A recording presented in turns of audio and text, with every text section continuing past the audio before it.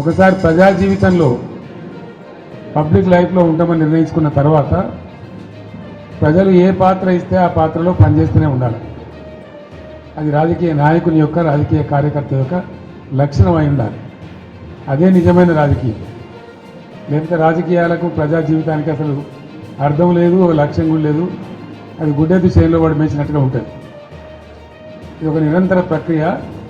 ఈ ప్రక్రియను ఒకసారి మనం ఈ జీవితాన్ని ఎంచుకున్న తర్వాత నేను రాజకీయాలలో ఉండాలి, నేను ప్రజా జీవితంలో ఉండాలి అని ఒకసారి అనుకున్న తర్వాత నిరంతరం పనిచేస్తూనే ఉండాలి. మేము అధికారంలో ఉంటేనే లెక్క, మాకు పవర్ ఉంటేనే లెక్క. అందుకోసం మీ అందరికీ నేను మనవి చేసేది ఏంటంటే, మన పిఆర్ఎస్ పార్టీది ఒక ఉజ్వలమైన ప్రస్థానం. మనది విజయగాథ, అపజయగాథ కాదు.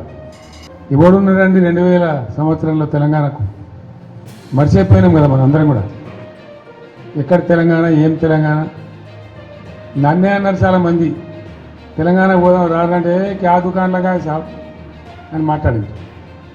అంత దారుణంగా మర్చిపోయింది.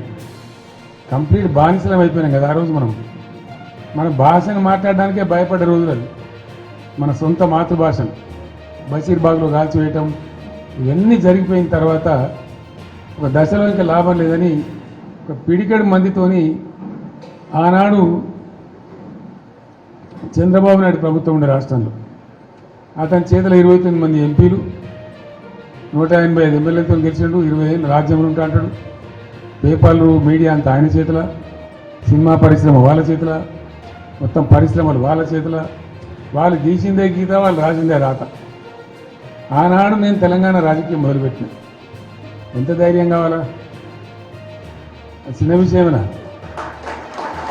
ఆ రోజు మొదలుపెట్టి కొట్లాడితే అద్భుతమైన విజయాన్ని సాధించి మనం తెలంగాణ సాధించుకున్నాం. తదనంతరం 10 years కూడా ఉజ్వలమైన పరిపాలన చేసినాం మనం. ఏ ఒక్కరిని వదిలిపెట్టలే. సరే, ఓట్లు వచ్చుడు రాకపోవడం పక్కన పెట్టండి. ఓట్లు మనకు మొత్తమే రాలేదని కాదు. మనం 39 ఎమ్మెల్యేలు గెలిచినాం. తర్వాత 1.8%తో మనకు ఓటమి వచ్చింది.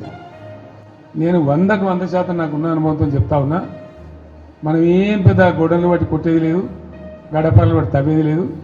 పార్టీని పెట్టుకొని ఉంటే చాలు. టార్చ్ లైట్ పెట్టుకొని ఉరికెత్తారు మళ్ళీ మన దగ్గరికి. ఎక్కడికి పోతారా నాయన అని చెప్పి ఆటోమేటిక్గా జరుగుతుంది. ఇవాళ రేపు ప్రజలు మున్పటి లెక్క గొర్రెల లెక్క లేరు. వీళ్ళన్నీ తీసేస్తున్నారు. యాదవుల గొర్రెలు తీసేస్తున్నారు. వాళ్ళు డిపాజిట్ కట్టలు డబ్బులు వాపిస్తున్నారు. చేప పిల్లలు బంద్ పెట్టిండ్రు. ఫీజు రియంబర్స్మెంట్ బంద్ పెట్టిండ్రు. ఎన్ని రోజులు ఒప్పుకోవడతారు ప్రజలు? వాళ్ళు చూస్తారు, టైం దాకా చూస్తారు. ఉన్నాయన్నీ ఎత్తేసి మేము 1కి 2 ఇస్తామని, 2కి 4 ఇస్తామని నరికి అసలు మోసం తెచ్చినట్టు ఉన్నాయే పీక్ పారైతే ఇదేం అన్యాయం అని చెప్పి తప్పకుండా ఆల్రెడీ ఆలోచన చేస్తున్నారు. ప్రజల్లో తిరుగుబాటు ధోరణి వస్తుంది. డెఫినెట్గా మంచిగా బ్రహ్మాండంగా మళ్ళీ మనమే గవర్నమెంట్కి వస్తాం. ఇప్పుడు జరిగింది దారు. ప్రజలకు ఏమైందంటే అక్కడక్కడ ఇప్పుడు వస్తున్న అనుభవాలు కఠినంగా ఉన్నాయి. ఇక చాలనుకుంటారు.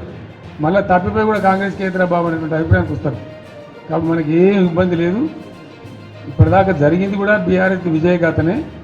ఈ పీరియడ్లో కూడా మనం పనిచేస్తూ ఉండాలా. చూసినంతలో ప్రజలు ఎంబడి ఉండాలా. ప్రజల సమస్యల్లో వారు ఎంబడి పోరాటం చేయాలా. మీకు ఏదైనా మంచి చెడ్డ అయితే పార్టీ చూసుకుంటుంది.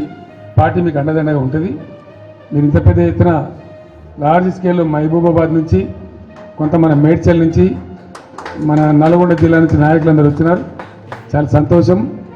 ఇక ముందు ఏం చేస్తామంటే వారానికి ఒక 2 నియోజకవర్గాలు పిలుద్దామనుకుంటున్నాం.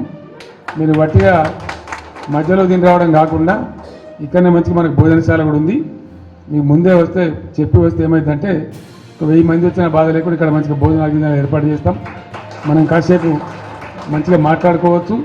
అది నియోజకవర్గాల డేట్లు మేము త్వరలో ప్రకటిస్తాం. ఆ ప్రకారం వచ్చినట్టయితే కాన్స్టిట్యున్సీ బై కాన్స్టిట్యున్సీ ఈజీ ఉంటుంది.